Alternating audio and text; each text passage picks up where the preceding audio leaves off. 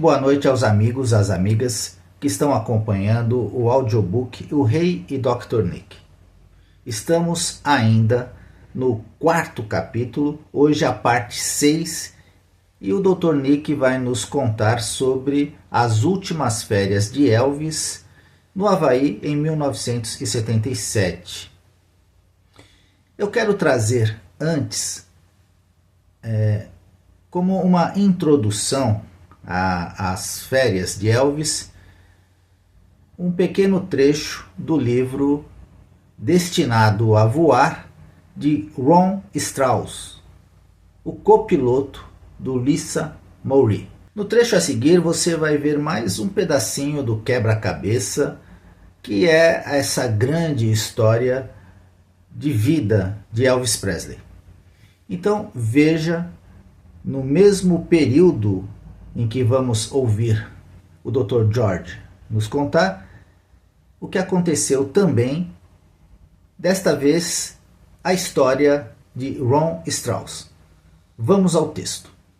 Logo depois da primeira turnê de 1977, Elvis reuniu um grupo de quase 30 pessoas e foi para o Havaí. Ron Strauss, o copiloto do Lisa Mowry, falou com Joe Esposito se poderia trazer sua esposa. Joe Esposito, o gerente de estrada de Elvis, disse: "Sinto muito, todos os assentos estarão ocupados." Ron tinha certeza que a contagem estava errada e que haveria assentos disponíveis, mas não quis discutir o assunto. Com certeza, havia 4 assentos vagos quando o avião partiu da Califórnia. Elvis dirigiu-se ao cockpit e perguntou à tripulação como estavam as coisas. Ron respondeu: "O tempo está bom e devemos chegar lá em algumas horas." Alguém deve ter informado Elvis sobre a situação com Beth, a esposa de Ron, porque Elvis perguntou a Ron: "Entendo que você esteja um pouco chateado." Minimizando o chefe, Ron disse que estava tudo bem e que não havia nada com o que se preocupar. "Talvez da próxima vez Beth possa ir conosco." "Bem, estou muito chateado por sua esposa não estar neste avião", disse Elvis. "Quero que você compre para ela uma passagem de primeira classe e peça que ela nos encontre lá." Ron respondeu: "Não vou fazer isso, Elvis. Simplesmente não é necessário." Com isso, Elvis declarou, e como sempre, soube fazer o que queria. Ele perguntou a Ron: "Você gosta de trabalhar para mim? Eu pago o suficiente?" A resposta foi sim a ambas as questões apresentadas por Elvis. "Se Beth não estiver aqui amanhã, você será substituído", disse Elvis. Com isso, ele foi embora. Beth rapidamente providenciou para que as crianças fossem cuidadas e seguiu em direção a Honolulu. Ron e Beth tiveram 4 ou 5 dias para aproveitar a ilha. Eles ficaram na Torre Arco-Íris do Hilton Hawaii Village. Inicialmente, todos ficaram no Hilton, mas em poucos dias, Elvis decidiu alugar uma casa e mudar-se para lá com alguns membros da turma. O preço da estadia no hotel, apenas para o grupo Presley, era de quase $17.000. Ron e Beth assistiram a alguns jantares noturnos e se divertiram muito. Quando Ron apresentou as contas da viagem que incluíam aquela passagem aérea de primeira classe para Beth, que Elvis havia insistido, não houve perguntas. O Rei e Dr. Nick. Aqui em algum lugar. Elvis não sabia o que fazer com Ginger. Ela representou um grande desafio para ele. Apesar de sua relação turbulenta, Elvis pediu ao seu joalheiro para pegar o diamante de 11 quilates de seu anel TCB e fazer um novo anel para que ele pudesse colocá-lo no dedo da Miss Sue. Em 26 de janeiro de 1977, após um namoro de apenas 9 semanas, Elvis, segundo notícias, teria pedido Ginger em casamento. Fiquei espantado quando ouvi a notícia. Eu não podia acreditar que Elvis estava se preparando para consolidar um relacionamento que estava provando ser altamente estressante. Achei muito estranho que Elvis não tenha falado nada comigo que pretendia se casar com Ginger, mas era o que o anel indicava. Elvis tinha revelado a mim em muitas ocasiões que ele gostaria de ter outra criança, um filho. Talvez desta vez ele estivesse pronto para o casamento. A única coisa que ele me disse que poderia explicar por que ele estava tão envolvido com Ginger era que havia algo nos olhos de Ginger que lembravam a sua mãe. Parecia que isso o atraía. Quando a primeira turnê de 77 começou, Ginger se recusou a acompanhar Elvis, embora aparentemente ela tenha concordado em se casar com ele. Ela, segundo notícia, teria dito a ele que tinha muito que fazer por causa dos preparativos para o casamento, embora nenhuma data tivesse sido marcada. A única coisa boa sobre a aprovação foi que os críticos continuaram comentando sobre a perda de peso de Elvis, o que nos agradou muito. Eu não conheço ninguém que achava que Ginger era o certo para Elvis, principalmente porque suas ações não demonstravam que ela se importava o suficiente com ele, ou queria estar em Graceland. Muitas noites depois que ele dormia, ela ia embora, e não estava lá quando ele acordava. Elvis tinha um segurança vigiando a casa de Ginger e a seguia para ver se ela estava saindo com outra pessoa. Ele estava tão inseguro com Ginger que era triste. Jim tinha ouvido que Elvis estava levando Ginger para o Havaí, apenas os dois em uma escapada romântica, com um par de assessores, é claro. Mas, em 3 de março, a minha família e um grupo de cerca de 20 pessoas estavam com Elvis. A bordo do Lisa Mauri, fomos para a praia de Waikiki em Honolulu, Havaí. Nosso destino original foi as Torres do Arco-Íris no Hilton Hawaiian Village Hotel, com vistas deslumbrantes da praia de Waikiki e Diamond Head. Elvis alugou a cobertura e metade do 31º andar para os seus hóspedes. Elvis reunia todos no final da tarde na varanda para ver o pôr do sol e conversar sobre o que realmente faz a vida valer a pena.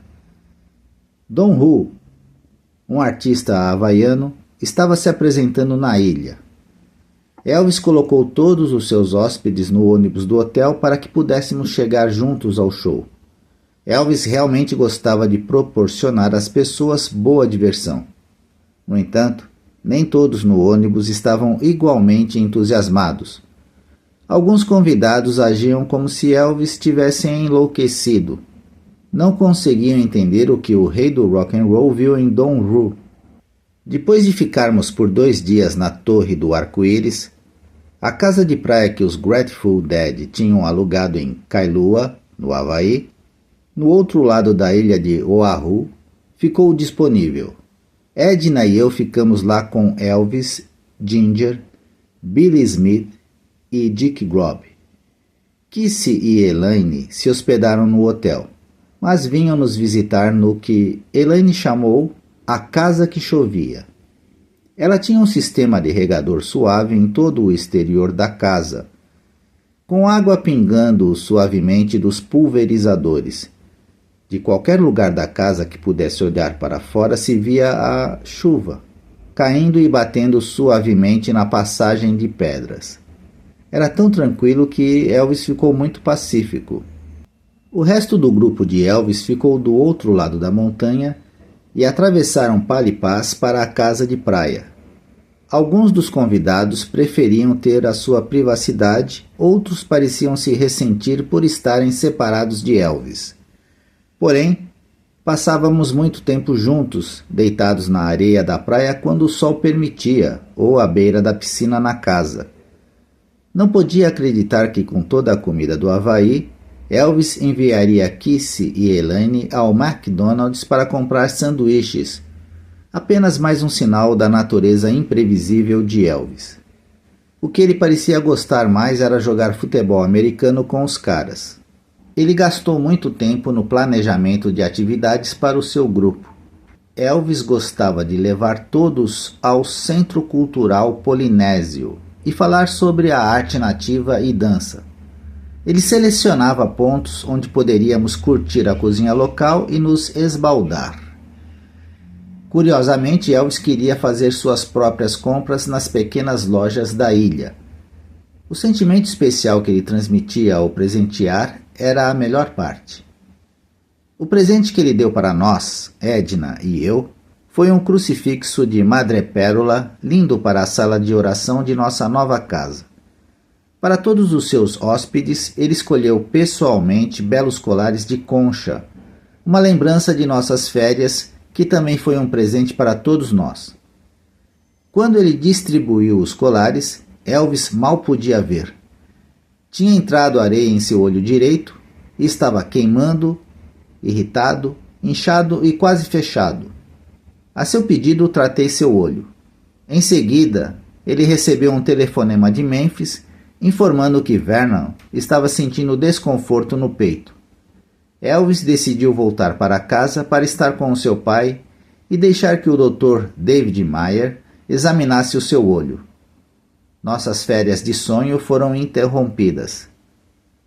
Tem sido amplamente escrito que Elvis estava em más condições físicas quando foi de Memphis para Phoenix, Arizona, em 22 de março de 1977.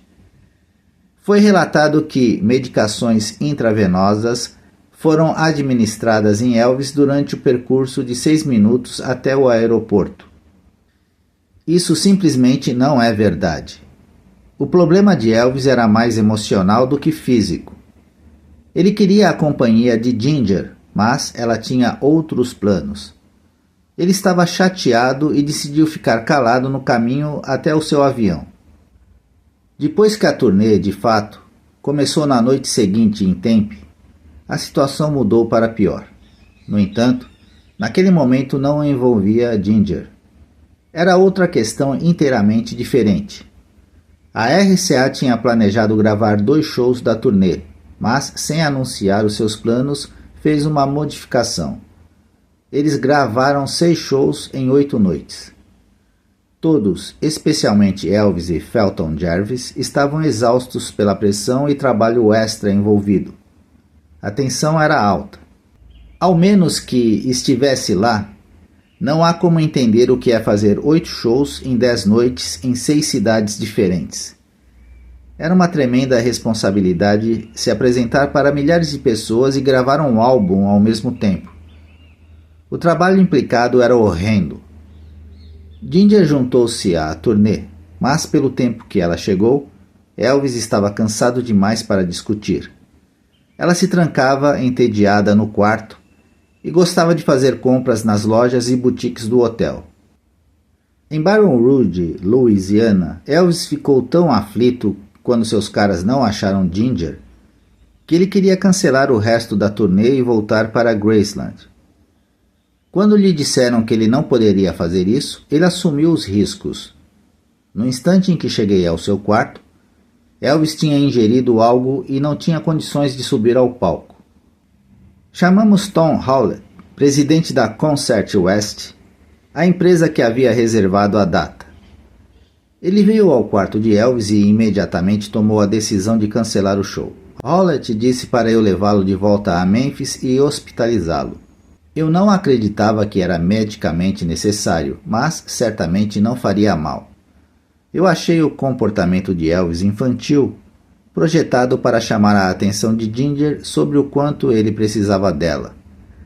O relacionamento deles precisava de um monte de ajustes que ele estava tentando fazer, mas ele nunca conseguiu assumir o comando. Depois que deixamos Baton Rouge, Elvis insistiu em ir a Graceland por um tempo antes de se hospitalizar. Finalmente chegamos ao Batista Hospital um pouco depois das 6 horas da manhã. Até então os efeitos das drogas tinham desaparecido. Eu acho que Elvis estava protelando, esperando que não houvesse nenhum modo de descobrir o que ele tinha tomado. Ele teve o que acreditávamos ser gripe intestinal. Final da parte 6 do capítulo 4.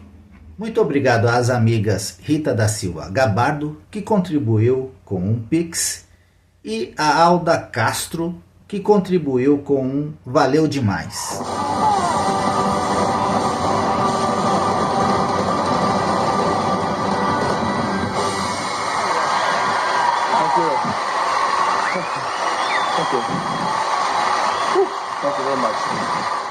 Eu volto com mais desta história sempre às 8 da noite. Elvis, para sempre.